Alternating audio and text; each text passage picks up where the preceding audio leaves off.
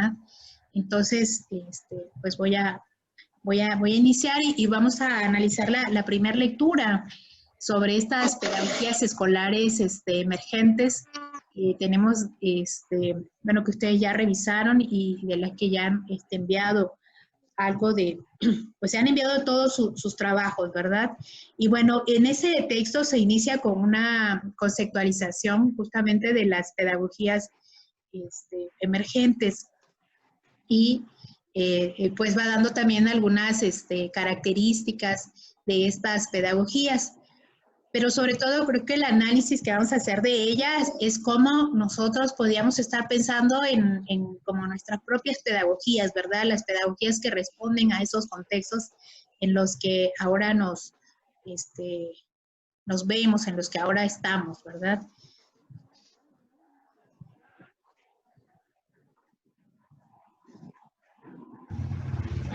Entonces, en esta conceptualización de las pedagogías emergentes, al estar pues justamente en plural, se le ve como un conjunto de enfoques, ¿verdad? Y algo importante acá que son enfoques e ideas pedagógicas, pero que todavía no están bien sistematizadas. Eso es lo que las hace emergentes. En el momento que estas adquieran estas características de sistematizadas, pues dejarán de serlo, ¿verdad? Y seguramente vendrán otras a ocupar ese espacio de la emergencia, ¿verdad? ¿Por qué se le llama emergente? Se surgen alrededor de las TIC en la educación, ¿verdad? Ese es un contexto en el que surgen en ese contexto de la sociedad de la información para pasar a una sociedad del conocimiento. En esa propuesta es que surgen estas pedagogías emergentes, ¿verdad? Y aquí se hace como mucho énfasis a estos aspectos. Primero que dice, no son ideas nuevas, ¿verdad? Sino que están formuladas en propuestas de hace tiempo, en algo de la pedagogía clásica. De allí que sea importante, por ejemplo, que el pedagogo de pronto pues haga un recorrido acerca de toda la historia de la pedagogía, porque allí se encuentran postulados. Por ejemplo, encontramos mucho todavía en las aportaciones que hacían los griegos de inicio, por ejemplo, el aprender a aprender, ¿no? El aprendizaje basado en contexto.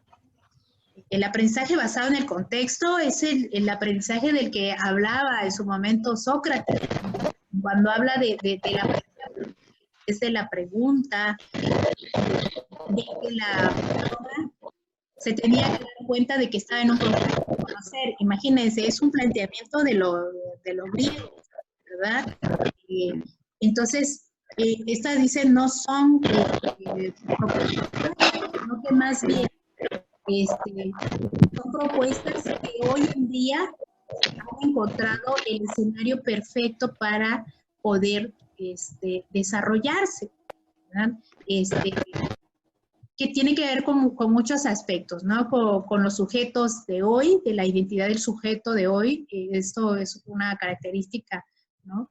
Que permite que estas pedagogías tengan hoy mucho sentido para poder implementarse, ¿no? El aprender a hacer, por ejemplo, de Dewey, que a inicios del siglo XX lo estaba planteando y que ahorita es como un principio muy generalizable en la educación, pero ha pasado como casi un siglo para que esto suceda, ¿no?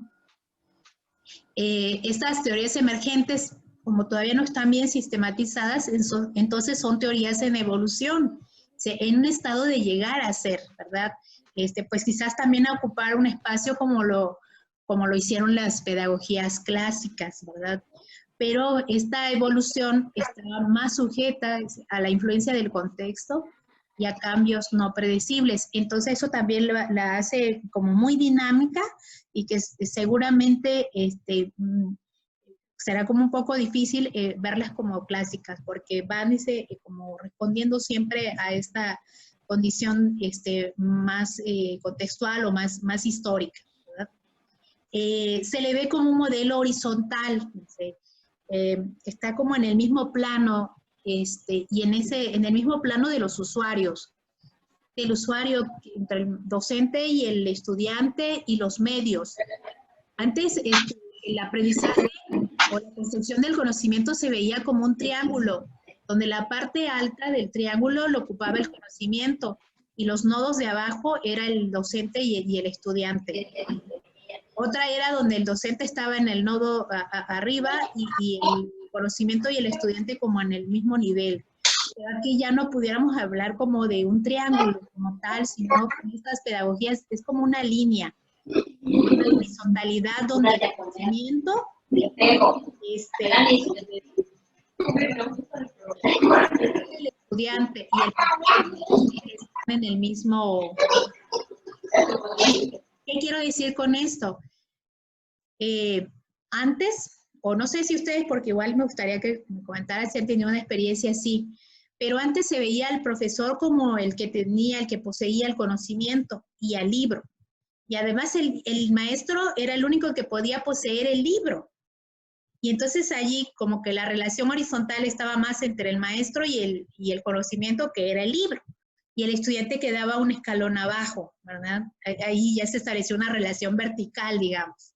Ahorita no, estamos en el mismo plano. Y esto habla de que el conocimiento que está escrito puede acceder por igual el alumno y el profesor, ¿verdad? Justo con esto de la nueva normalidad, la ONU y la UNESCO, ¿verdad?, hicieron una política pública de acceso universal a las bases de datos que contienen pues todo el conocimiento en todas las áreas del saber. Por eso es que muchas universidades que tenían sus repositorios o bibliotecas cerradas solo para su población estudiantil, la abrieron al mundo, ¿verdad? Y esto nos habla de esta horizontalidad, y es que ahora el estudiante y el maestro pueden estar consultando el mismo texto en el mismo momento, ¿verdad?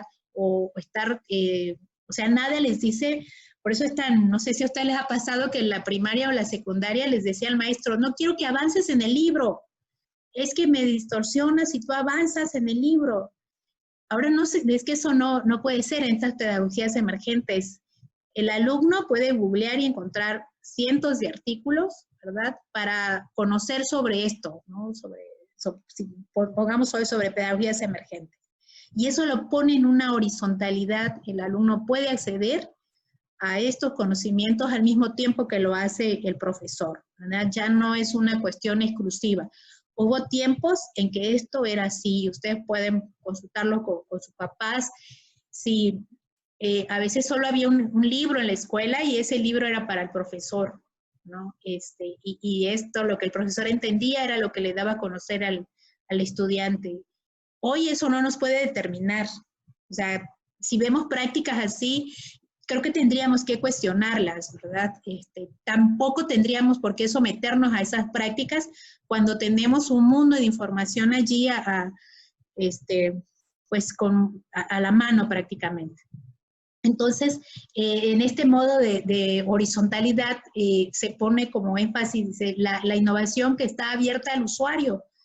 Por eso estas nuevas generaciones a las que ustedes pertenecen, ¿verdad?, se les llama proconsumidores, porque no solamente consumen, sino también tienen nadie les quita la posibilidad de crear, de replantear, de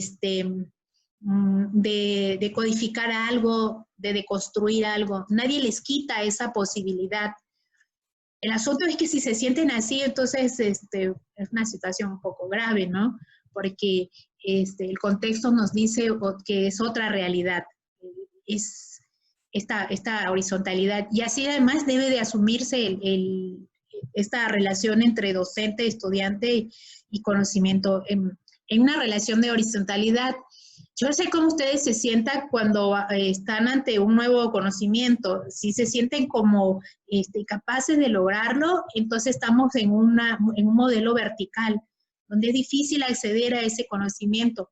Pero si nuestra mente está pensada más en la horizontalidad, en estas cuestiones de acceso con igualdad, y con igualdad me refiero a las capacidades con las que podamos comprenderlas, ¿verdad?, a la libertad con la que podamos hacer. Creo que allí nos tendríamos que estar. Si estamos allí, si estamos más pensando el conocimiento en estas relaciones horizontales, Podemos hablar de una persona proconsumidora. Les comentaba que hace unos días estamos contribuyendo en un proyecto de formar a nuevos talentos en la investigación, investigadores nobles, pero desde el bachillerato. Y entonces, es que el estudiante en el bachillerato se asuma ya como un investigador en proceso de formación, ¿no? Y esto lo pone en horizontalidad, porque entonces este papel de ser investigador no se lo dejamos al académico que tiene que estar obligadamente en una universidad o en alguna institución que lo reconozca como tal, porque ya no es así, ¿verdad? O que hay que tener 20 o 30 años de trayectoria en una universidad o en una institución que me diga que soy investigador. Eso ya no es así, ¿verdad? En estos modelos de pedagogía emergente, el sujeto del aprendizaje tiene otra identidad, tiene otra concepción, y el docente debe saberlo. De aquí que ustedes, como pedagogos en formación, es ubicarnos, ¿no? O reconocer estos planteamientos, ¿verdad? Y en la medida de lo posible, poder pues incorporarlo ya a esta identidad que será nuestra como profesores, ¿no? En el primer día veía que la mayoría de ustedes tiene esta meta de desempeñarse en la docencia. Entonces, no es el momento en el que ya tenemos que ir configurando estas concepciones tanto del conocimiento, porque de eso depende mucho cómo vamos a desarrollar nuestra práctica escolar, digamos, nuestra práctica educativa, pero también cómo estamos pensando al estudiante. Este tipo de pedagogías emergentes también, dice, son potencialmente disruptivas. ¿Qué significa disruptivo? Es algo que se da de manera muy pronta, ¿verdad? Que los demás no están esperando que se den esos cambios. Son como tomas de decisiones en las que estás seguro que tal vez no funcione, pero aún así tú tomas esta decisión de cambio, ¿verdad? Ese es un punto, porque además sabes que no hay otro camino más que generar un cambio y esperar de allí, ¿verdad? Que surjan nuevas propuestas. Entonces, en ese sentido es disruptiva, rompe con mucho de los determinismos que nos llevan como a lugares seguros, a lugares de confort o a zonas de confort. Por ejemplo, esto que estamos viendo ahorita de esta educación a distancia, si bien nosotros somos licenciaturas presenciales o programas presenciales, y de pronto asumir este otro papel en esta manera, hay quienes prefieren seguir en su zona de confort y hay quienes dicen, bueno, vamos a plantear la clase desde allí, y es disruptivo porque sabes que vas a enfrentarte a un escenario incierto, a un escenario que en mucha medida lo desconoces, pero aún así te atreves porque es necesario, ¿verdad? Aquí, ¿qué es lo que tienen estas personas disruptivas, estos docentes disruptivos? Es que tienen la capacidad para generar cambios. ¿Y qué es esto? Adaptarse, ¿verdad? Se presentan problemas y saber que tendrás la capacidad para resolverlo. Esa es una pedagogía disruptiva, que implica mucho, desde luego, al docente, ¿no? En ese sentido. En el caso cuando vamos a revisar algunas de estas pedagogías que tienen este carácter de disruptivo, pues también se hacen propuestas que de pronto pueden ser muy criticables, criticables en cuanto a su operatividad, criticables en cuanto a lo que se logra finalmente del sujeto del aprendizaje. En ese sentido son criticables, ¿no? Este tipo de pedagogías. Por ejemplo, estas pedagogías que hablan acerca de estas perspectivas decoloniales con enfoque de género, son disruptivas y son muy criticadas, ¿verdad? De que se proponga esta mirada de género en la educación, ¿no? grupos sociales que hacen críticas muy directas y que se imponen además a que éstas puedan desarrollarse. Y esa es que las hace disruptivas, ¿verdad? También muchas veces estarían cuestionando ciertas maneras de hacer que ya están establecidas y que quizás para algunos estas estén generando buenos resultados, pero estas se cuestionan, sí, generan resultados, pero no para todos, ¿verdad? Entonces también otra característica de estas pedagogías es que van a atender a poblaciones vulnerables y en eso también son disruptivas, porque cuestionan, ¿verdad? Modelos pedagógicos que atienden a contextos o a sujetos que están en condiciones óptimas para poder llevar una formación, digamos, adecuada. Pero hay grupos, ¿verdad?, vulnerables que estos modelos de educación no responden a sus condiciones. Y eso también las hace disruptivas, ¿verdad? Son modelos no generalizables, por ejemplo. Esa es otra característica, porque se dice, bueno, esta pedagogía está para mujeres que sufren violencia, por ejemplo. O esta pedagogía es para niños que son excluidos de la escuela por sus condiciones económicas, ¿verdad? Por sus condiciones, valga, contextuales, por ejemplo, de espacios rurales o marginados. Entonces, esa pedagogía es para ellos.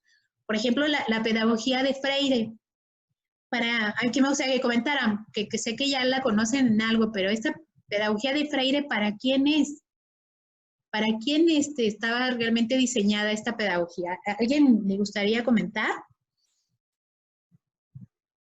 Lo que haya leído de Paulo Freire, ¿para quién cree que fue esa pedagogía? ¿Para quién estaba pensada? Yo leí lo de cartas a quien ven a enseñar, va dirigido para los docentes. Bueno, para nosotros estamos en formación. Ajá, para procesos, para un contexto como el de ustedes. ¿Algo más que hayan leído sobre Freire? ¿Algo que sepan de